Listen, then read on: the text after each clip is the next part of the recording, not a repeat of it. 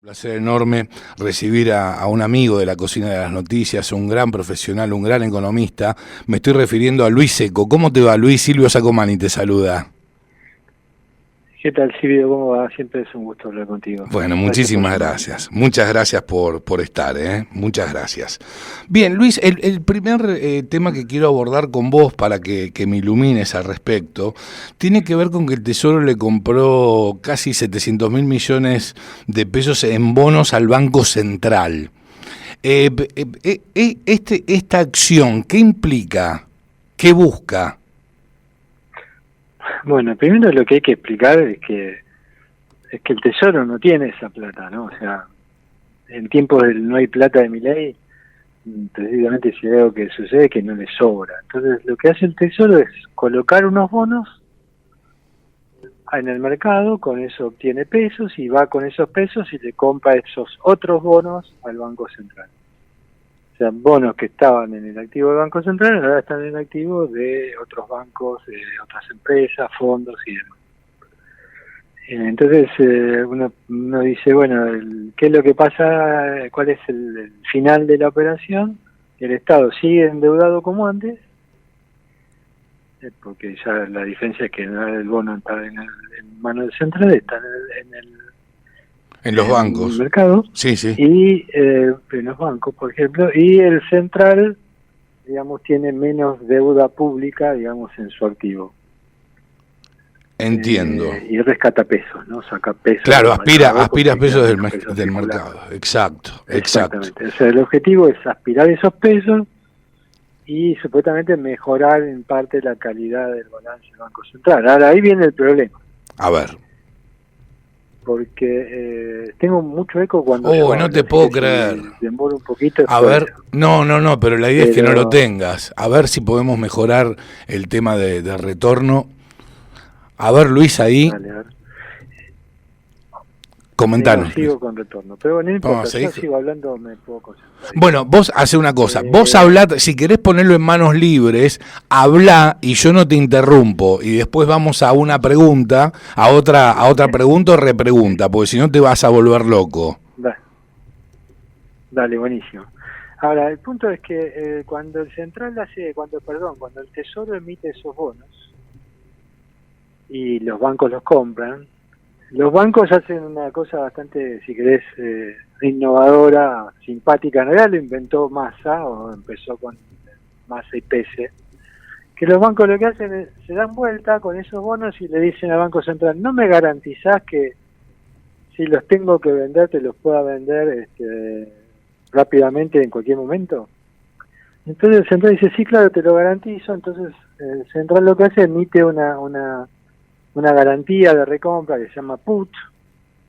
Los bonos están contra puts del Banco Central. ¿Qué quiere decir? Que si el banco que compró el bono tiene que salir a venderlo, lo vende de un día para otro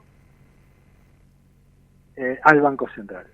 Por lo tanto, en el límite del Banco Central, al final se puede llegar a quedar con los bonos del Tesoro, nuevos bonos, no los viejos que tenía antes, sino los nuevos, porque los bancos le piden a Central que le recompre esa deuda. De hecho, Milei, en varias declaraciones públicas recientes, en las últimas 2 entrevistas que dio, habló de los puts y dijo que eran una de las principales fuentes de emisión del Banco Central. ¿Por qué? Porque los bancos, cada vez que necesitan liquidez, venden esos bonos, le piden el ejercicio de los puts y el central no le queda otra más que poner la plata contra los títulos públicos.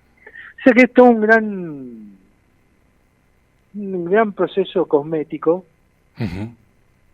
que tiende a mostrar algo que no es, que es un balance del Banco Central un poquito más lindo. Pero no Más lo que es, eso. en Pero no es más definitiva. que eso. No es No más lo que es. eso. Ok, No, en ok. definitiva no lo es. ¿Me decías? No, que me callo para que me haga la pregunta. Porque Sí, decías que en definitiva no lo es.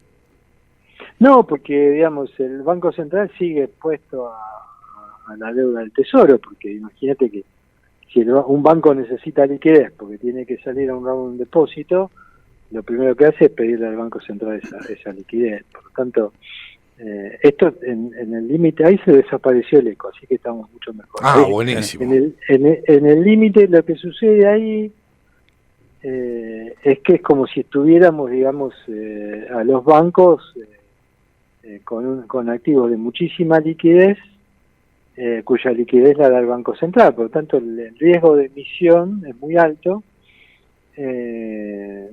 y puede pasar de un momento a otro, y eso no lo controla más el Banco Central. Entonces ahí hay un riesgo que se ha incrementado notablemente, porque habrás visto que otra cosa que hizo el Banco Central la semana pasada fue decirle a los bancos que en lugar de hacer pases, que son los pases eran básicamente plazos fijos a un día, para simplificar, ahora no hacen más pases pasivos, sino que lo que hacen es comprar títulos públicos que se llaman LECAP, letras de capitalización. Entonces, por ejemplo, los pases pasivos prácticamente ya no existen en el balance del Banco Central, pero hay un montón de títulos públicos nuevos, que son estas famosas LECAP, que son deuda del Tesoro, ya no son deuda del Banco Central, y que, digamos, han sumado 9.5 billones en la última semana, o sea, un montón de casi 10.000 millones de dólares, digamos, de nuevos títulos públicos que ahora están también en manos de los bancos, y también tienen este mecanismo de garantía del Banco Central. O sea que es todo una gran enjuague para mostrar que el balance del Banco Central se achica, y darle el gusto al presidente cuando dice, o por lo menos que ahora sí tenga razón, cuando antes no la tenía, de que está cayendo el balance del Banco Central, digamos, ¿no? Ahora lo hacen con estos mecanismos bastante, no son estrategias, uno puede decir, otros países lo hacen y demás, sí, pero bueno, nosotros necesitamos mostrar que se hace sobre bases un poco más sólidas y no simplemente por una contabilidad creativa. Ahí está. Luis, Javier Manzano te saluda, ¿cómo estás? ¿Qué tal, Javier? ¿Cómo estás? Bien, ya que estamos dentro del Banco Central, el vice justamente del Central afirmó que el peor trimestre para la economía ya ha sido superado. ¿Vos estás de acuerdo con eso? Como que él también dice que vienen resultados alentadores. ¿Vladimir Bernin dijo eso? Sí. Sí, mira, yo creo que, digamos, el rol de las autoridades económicas también pasa por moldear expectativas, ¿no? Entonces nunca vas a encontrar a una autoridad económica que diga algo muy negativo.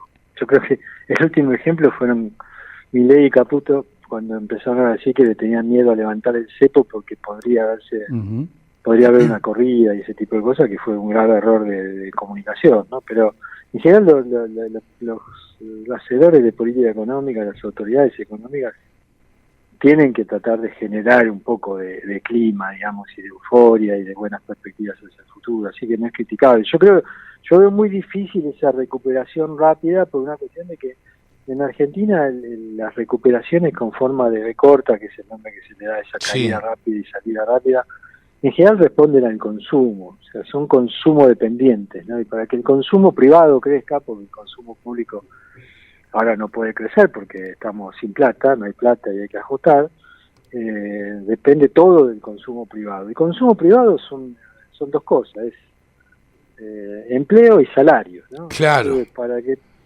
y hoy no pareciera ser que estamos, y sobre todo un montón de confianza, ¿no? Porque uno puede decir, bueno, por ahí el consumidor se anima, desahorra un poco, se endeuda un poco, gasta más, y eso empieza a mover de vuelta la rueda. Yo creo que para eso falta un poquito más, y la duda que yo tengo en particular es qué puede haber, o sea, qué puede pasar en la Argentina que gatille ese shock sobre las expectativas, que los consumidores pierdan el miedo, los inversores también, y todos nos larguemos a consumir e invertir un poco más, de forma tal de poner en movimiento la rueda.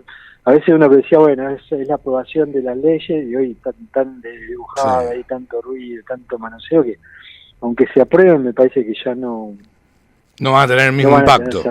Claro. No, el pacto de mayo es finalmente va Milei con su equipo, nada más, a nadie. Digo, me falta encontrar. Algunos dicen, bueno, puede ser que Caputo consiga algunos dólares, sí, pero bueno, eso también se va a ir demorando y no sé si hoy tendrá el mismo impacto. Digo, me parece como que falta algo. Y ahí es donde muchos de nosotros pensamos, muchos economistas pensamos, tal vez los más viejos, que estamos más acostumbrados a este tipo de coyunturas críticas, pensamos que tal vez una medida que podría destrabar la macro sea la salida del cepo, ¿no?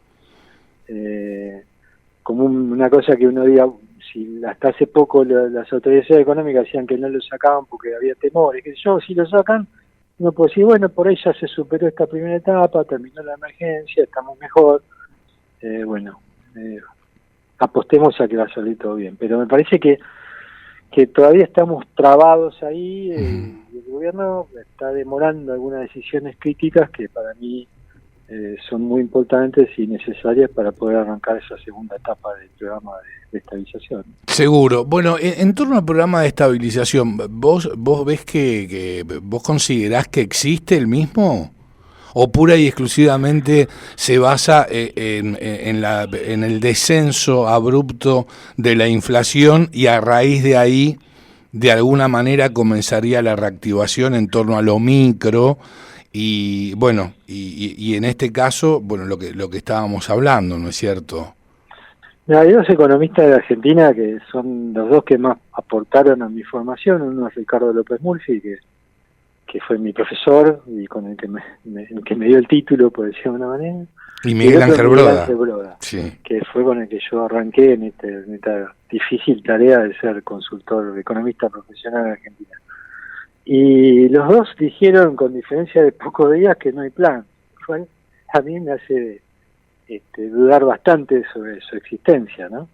Yo te diría, yo creo que hay un plan en la cabeza de Milei, en la cabeza de Caputo, hay ciertas ambigüedades, no cuentan todo, la hoja de ruta no está completa, pero me parece que tanto la declaración de Miguel Ángel Broda como Ricardo López Murphy tienen que ver con el hecho que lo que estamos viendo en las últimas semanas es como muchas contradicciones, ¿no? O sea, como que se empezó a desdibujar el programa. O sea, todas estas demoras en las correcciones de precios relativos, esto que te comentaba antes de que el cepo no se sale. Uh-huh. O sea, es como que hay algunas señales que te hacen dudar, digamos, de si el gobierno no arrancó Hoy se anunció, por ejemplo, que se va a normalizar la cuestión con las transferencias a las universidades, sí, que se llegó a un acuerdo de aumento del presupuesto. Digo, es como que empieza a haber ciertos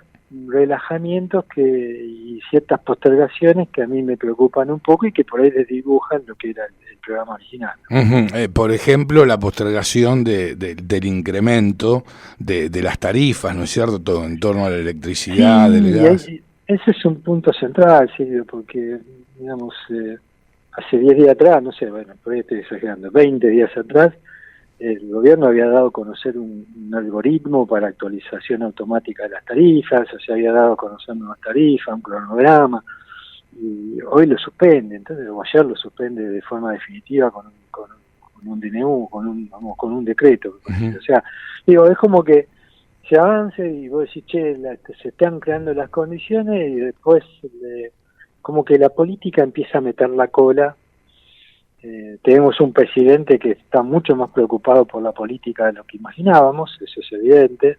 O sea, como que tiene, digamos, ahora la idea recurrente de que quiere sí o sí ganar las elecciones de medio término, y eso puede poner en riesgo algunos objetivos de corto plazo. Entiendo. La obsesión con bajar la inflación, porque eso cree que es el mecanismo seguro para mantener alto el nivel de apoyo popular. Eso me parece que está generando esta sensación de que algunos colegas importantes empiezan a dudar sobre la existencia de un programa a esta altura, ¿no? Uh-huh. Eso es muy preocupante. No se trata de descalificarlos porque piensan distinto como hace el presidente, ¿no? Hay que escucharlos, atender sus razones. Es gente que sabe mucho, que ha vivido muchas crisis, que tiene mucha experiencia, y yo no soy de los que cree que lo mejor es hacerle burla, ¿no? Uh-huh, uh-huh, entiendo.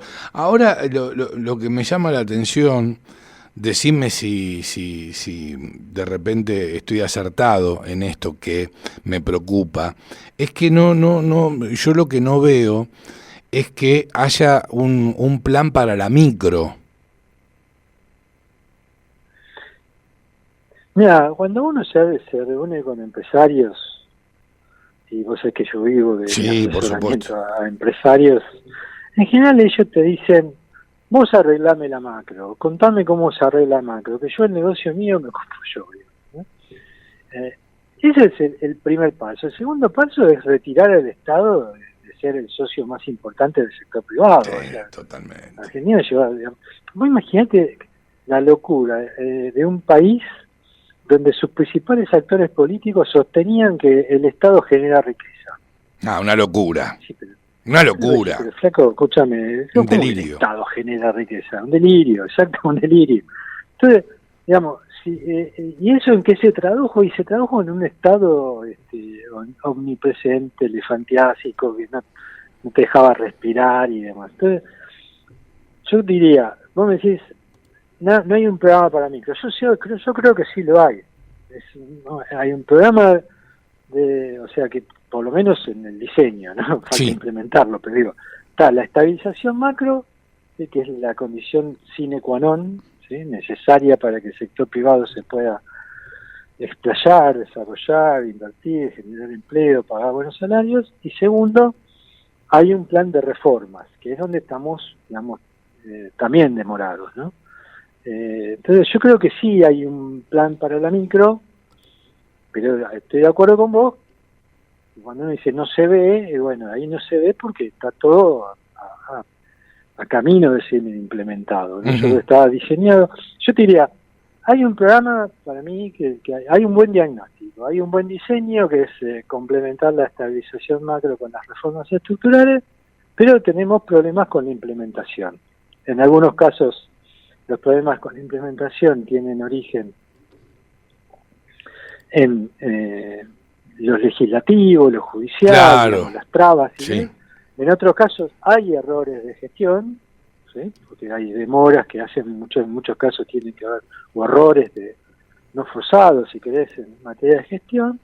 Y tercero, empieza a haber esto otro nuevo, si querés, que cierta revisión, digamos, de los lineamientos básicos del programa, o postergación de decisiones, que para mí es lo más preocupante, por lo menos en el corto plazo, y que tiene consecuencias. Por ejemplo, mira, una consecuencia, viene un frío tremendo, ¿no? Sí. No, tuvimos una semana muy fría la pasada y esta semana se supone que va a ser más fría aún. Por lo menos en regiones de la Argentina donde no hace frío. Eso aumenta obviamente el consumo de energía. La semana pasada se estuvo muy cerca de correr riesgo, digamos, con algunos contratos, digamos, de gas y demás, porque no había suficiente fluido. Y esta semana se va a mantener el riesgo. Ahora, ¿cuál es el problema? El problema es que el Estado le había dicho a las empresas, dicen, bueno, muchachos, a partir de ahora el Estado se corre, procúrense ustedes el combustible, el gas para generar energía y demás. Para eso le doy la tarifa. ¿Qué pasó? Dio la tarifa, después dio marcha atrás y después la deuda que había la paga con un bono. Entonces el sector privado dice, yo estaba de acuerdo con que me diera la tarifa, que nosotros nos hacíamos nuestra administración, si querés, de la compra de insumos, pero ahora no podemos hacer nada porque no cumpliste con la tarifa y nos pagaste con un bono. Entonces digo, y entonces ahora hoy salen los medios de que el Estado salió a través de Camesa a comprar de urgencia gas, fuel oil y qué sé yo, insumos para poder generar energía eléctrica. Y ahí te demuestra la frazada corta, o sea, no es que uno dice, bueno, yo soy un genio que me doy cuenta que puedo patear la deuda, pagar con deuda y todo. No, flaco, llega un momento que esas decisiones, o puedo postergar los aumentos tarifarios, lo que firmé hace 20 días, lo desarmo y no tengo ninguna consecuencia. No es verdad.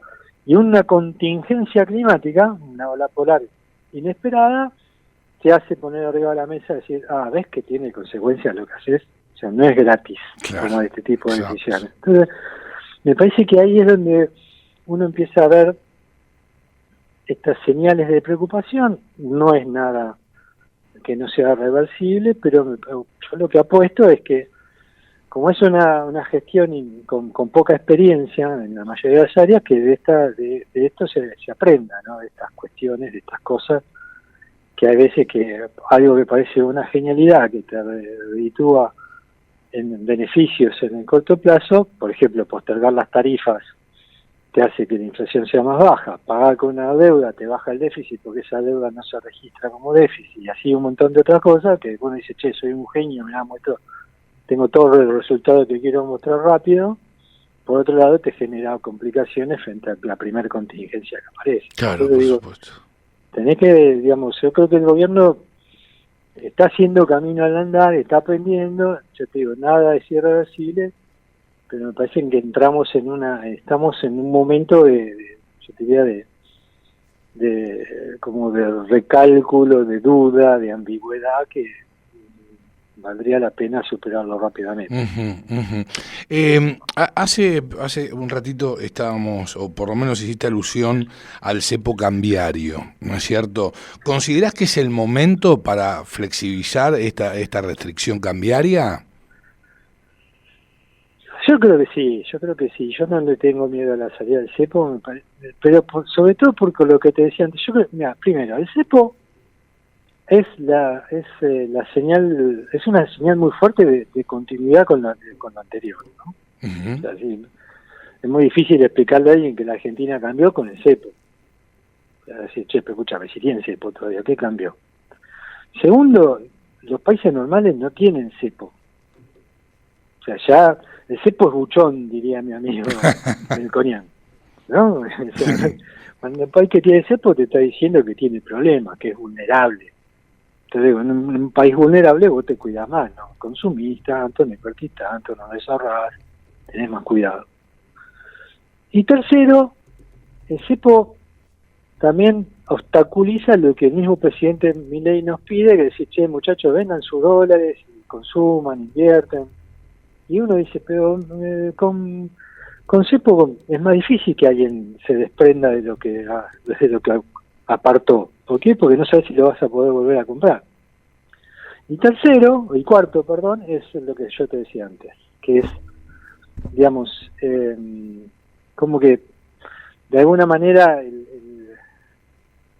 el cepo es como que, no sé cómo decirlo de manera más sencilla, pero es como que te previene, te evita, o sea, como que está ahí dando vuelta algo que vos decís, bueno, che, ¿qué va a pasar cuando lo liberemos? ¿Entendés? ¿Qué va a pasar? ¿Qué va a pasar cuando se saque el cepo? ¿Se van a corregir el dólar? ¿Se van a corregir el resto de los precios? ¿A dónde vamos a ir, digamos, en materia de precios relativos? Entonces, mantiene abierta una incertidumbre duda, fenomenal.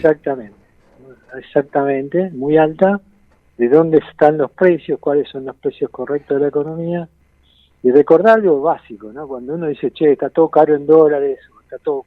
Entonces dice, bueno, estamos todos locos y todo el mundo cobra cosas que no debería cobrar y vende a precios que no puede vender, o no es que está todo caro, sino que lo que está barato es el dólar, ¿no? Entonces, claro, exacto.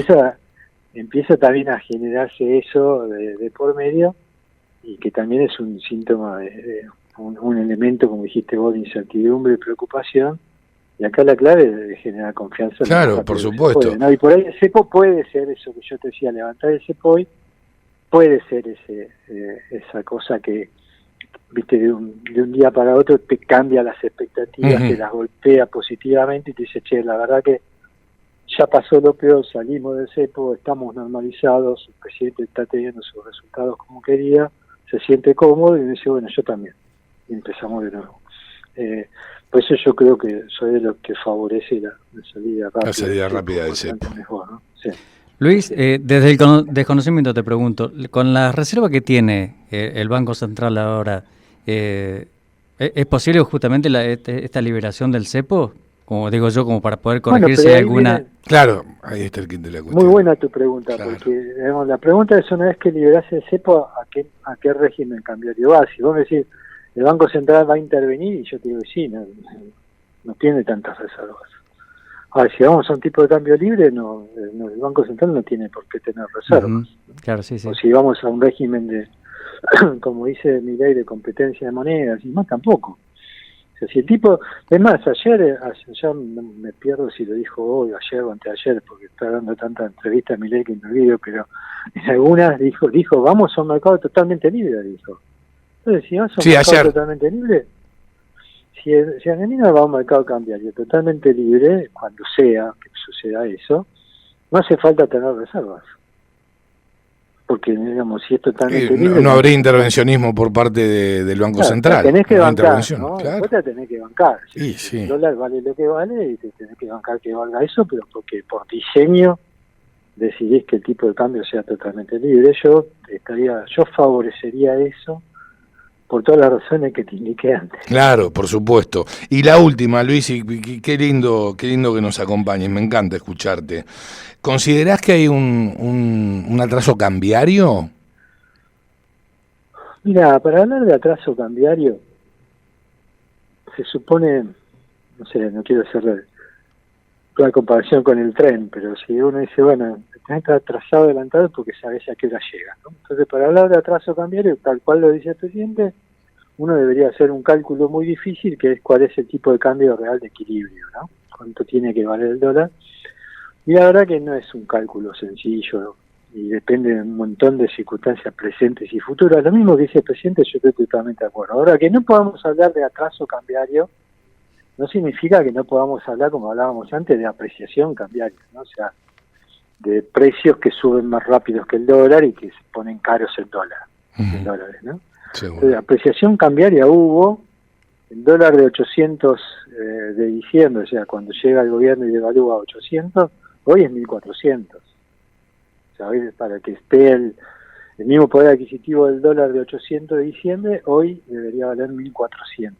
Entonces digo, no es que estamos hablando de números marginales, ¿no? Entonces, la inflación en dólares ha sido muy alta. Y me parece que eso, digamos, Argentina, yo no estoy tan seguro de que sea este el tipo de cambio que necesita. Tal vez Caputo, cuando devaluó en diciembre, dijo, bueno, yo sé que lo devaluamos un poco más de lo que hacía falta, pero está bien, suponete que va de 1400, hoy tenga que ser 1200, qué sé yo, pero seguramente eso no son los 900 y pico que tiene el tipo de cambio oficial, y está un poquito más arriba de lo que es los mercados libres, y yo creo que no debería tenerle miedo el gobierno a liberar hoy, aunque el dólar se vaya ahí arriba, un poco más arriba, porque es lo que en todo caso necesitaría la economía si es que eso sucede, ¿no? Seguro. Luis, te agradecemos infinitamente, siempre un placer escucharte. Un placer, che, hasta pronto. Abrazo grande, Luis. Un abrazo, Luis. Hasta siempre.